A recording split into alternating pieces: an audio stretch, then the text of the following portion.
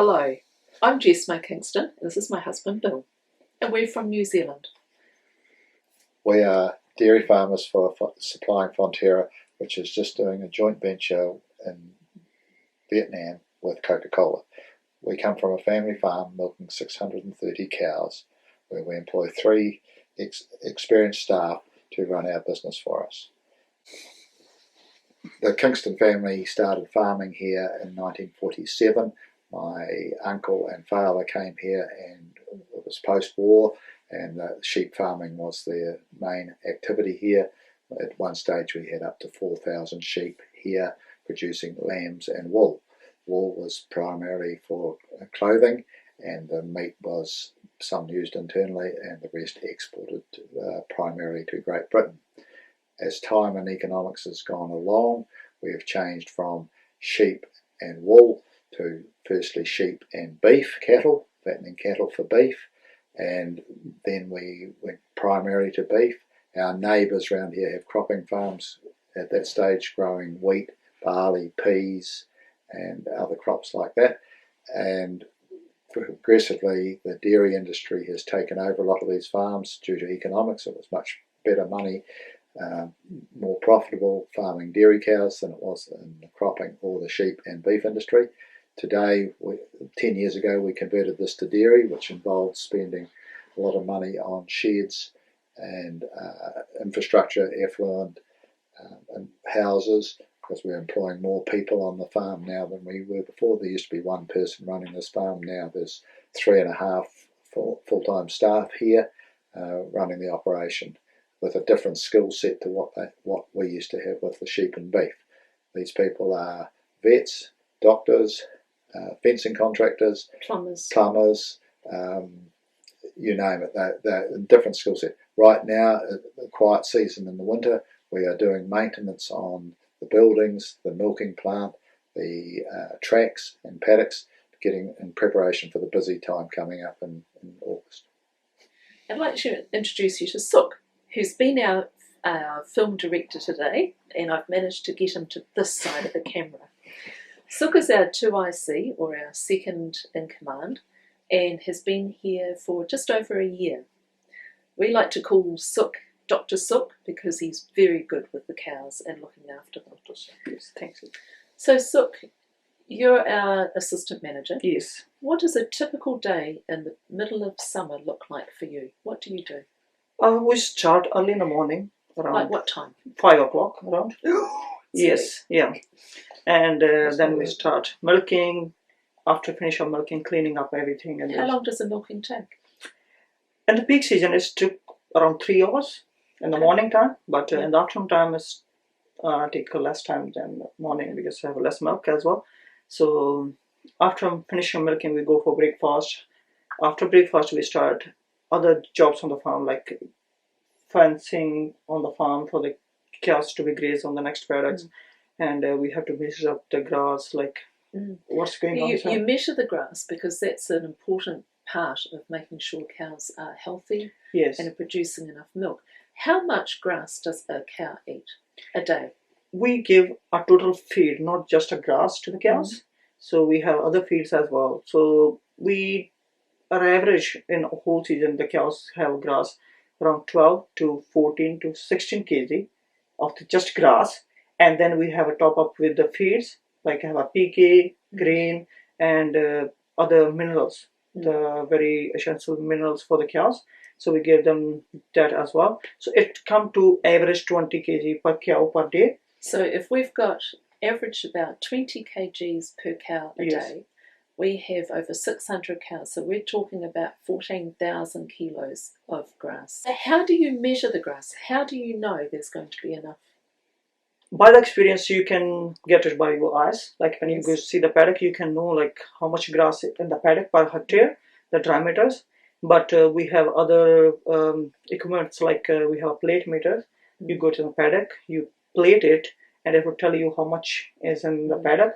Or we have other thing is you can tow behind the four-wheeler, like a four-wheeler drives, and it will tell you on the screen how much grass in the paddock. Then you check all the paddocks And the highest paddocks, you start from the highest paddock to the lowest paddocks. Okay. So the highest paddock first, and then you count how many cows and how much hectares they need today.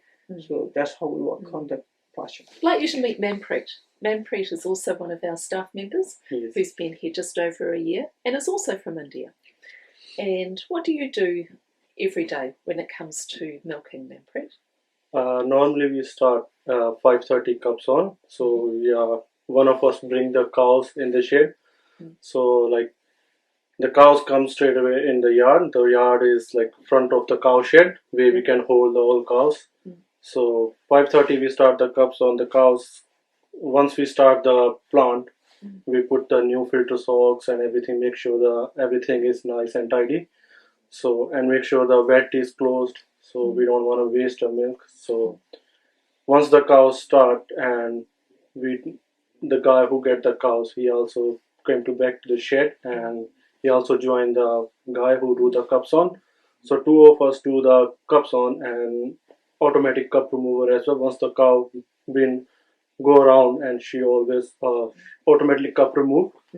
And when the cow take off, and it's automatically get the tit spray as well. And once they start on the platform, so both of us start to do the cups on. So while we do the cups on, we make sure the cows have no shit on the tits. So if she has a tits or shit on her tits, we clean with the water. So the guy who did the cups on first person, who always stripped the cow as well. So make sure that she didn't have any mastitis or anything. So that's basically like pulling on the teat to make sure. So we choose a day clean. like a Monday, Tuesday, Wednesday, and Thursday. So individually, if we choose first day we strip a front rear, and second day we strip the second rear or the left rear according to that. So if she has any mastitis, so we have a screen on the bales, we can draft her out. So it's actually a very good time to make sure the cows are very healthy. Yes. So the milk is very good quality. Yes. Which is where Dr. Sook comes in. One of the busiest times on the farm is when the calves are born, and each cow gives birth to one calf. And that's a very important part of our raising the calves, because they will be our future herd. Hello, Jess. Hi, Marie's our number one calf rearer, and she does an amazing job. Thank you. With your help. Yeah. So what happens, Marie, when a cow gives birth to a calf and we take the calf into the sheds? What do you do? What's the first thing you do? Well, for the first day, the absolute most important thing about any calf is that they get the gold colostrum, which is the first milk from the cow, and that's got all the antibodies in for the calf. If they don't get that in, and enough of it in, within 4 days you see a difference of them. They just don't feature. They get the runs and everything. So our job is, our first most important thing is to get as much gold colostrum into them as we can, because that's going to set them up. And even if they might get a bit sick or something, that gold colostrum just sees them through, and they can conquer it because they've got those antibodies. So that's the first thing. And then, because also the calf has, when they're born, their tummy is like a little fishnet. So you have a very limited time that gold can be absorbed. So that's what we do. We feed them, and then from there they still get the second, third, and fourth milking time, which is still got colostrum, and that just sets them up to such a good life. And then we raise them in softening straw, lots of water as well, and meal, and generally when they're about, depending on the weather, when they're about 2 to 3 weeks old, they go out into the paddock, and that's when we start feeding them on the calf feeders. So how many cows do you have? 50. We always leave, I think this is a 60 feeder, so we always leave some teats free. And then there's room for them to just have a little bit of movement, because you've got your antler on the front. So we measure them. When they're out the paddock, they're onto calf, which is the calf milk powder that we mix up. And that's also got a lot of minerals in it. It's got coccidiosis in, which is something they can catch in the paddocks. So it's important that they still get that bit of protection. They still need to get the a good milk feed in. So the calves, we start calving about the second last week of July, and by about October, November, December, they're out in the paddocks, and by about December they're weaning. Health and safety is very important to us. We want to make sure that everyone gets home at the end of the night safe. Thanks, Marie. You're welcome, Desmond. So we have helmets, which are normally worn tight. And it's important we always wear them. Yes. We wear overalls to keep us safe in the shed and whatever we do. They also help to keep us clean. There is a lot of machinery and moving things in around the dairy shed, so we just need to make sure we're always safe. It is. And even for contractors coming on the farm, we sort of make sure that they're aware of the hazards. Yes. Just so we want them to go home after their jobs and their work as well, safe and sound, and be home with their families every evening. So, yes, health and safety is important. One of the challenges we do have in farming in Canterbury in particular is we don't have a lot of rain in summer, and water is very important for growing grass. So what do we do about that, Bill? How do we ensure we've got enough water? Over the last 30 years, Canterbury farmers have been very innovative in the way they use water. In the early days, was border dike irrigation, where a large amount of water was So basically like flooding a paddock. it was flooding a paddock, and now that's progressed through to machinery pumping and machinery-based spray irrigation, and we have. Bill, there's some very clever things and technologies available with irrigation now. What sort of things are available on the pivot? The technology is moving along at a fast rate. We now have the ability with our pivot here to turn on and off or vary the rate through each nozzle on the pivot. So if there's a water trough or a track that we don't want watered, we can turn it off altogether. We have electromagnetic map the soils so that we know where the heavy soils are and the light soils with their different water requirements. So we're getting very efficient, and there's very little wastage of water now, which is great for the environment and the system.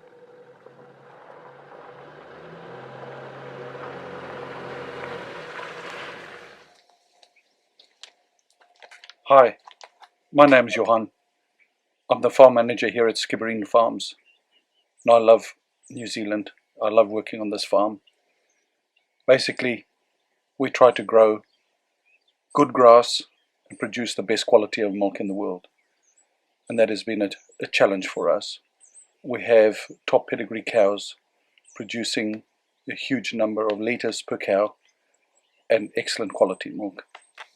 So one of the interesting facts about New Zealand, being a small country, we're the 8th largest milk producer in the world, but we are the first in exporting of milk in the world. New Zealand produces $5.5 billion worth of milk for export, and we maintain the best quality in the world for this. And by this, we also look after our environment and make sure that we can produce this milk far into the future.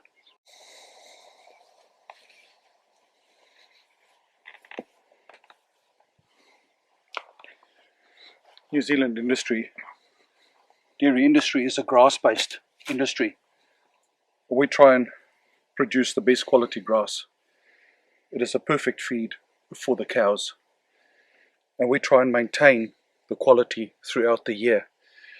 And this we do through a number of tools that we have, plate meters and tow behinds, and recently we have a space program where our grass cover on the farm is actually monitored from satellites, and this gives us an edge to be able to put the cows onto the best grass, produce the best production that we can.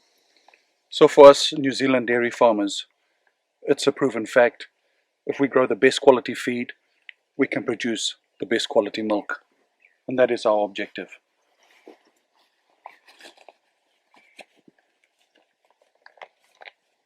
Yep.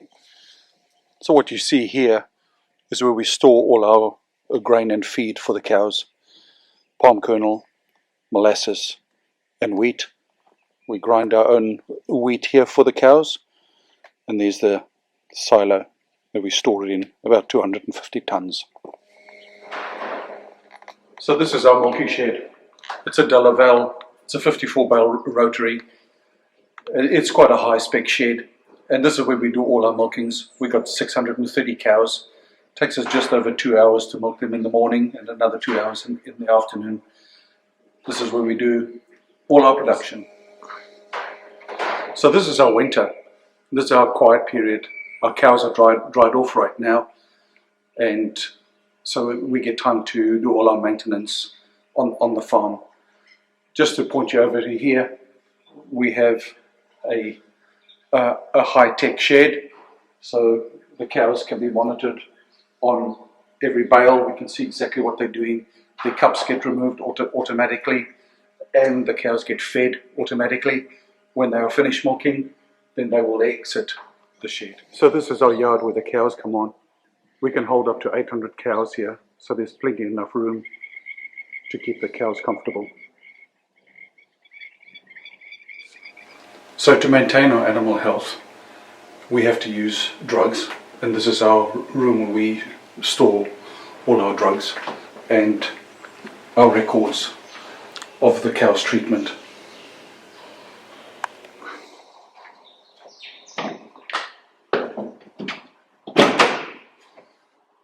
So we keep our drugs secure and locked, and all the cow treatments are recorded on the computer. So to run this farm, we have modern machinery and equipment. And here in the sheds, we store our tractors and trailers and hose trailers.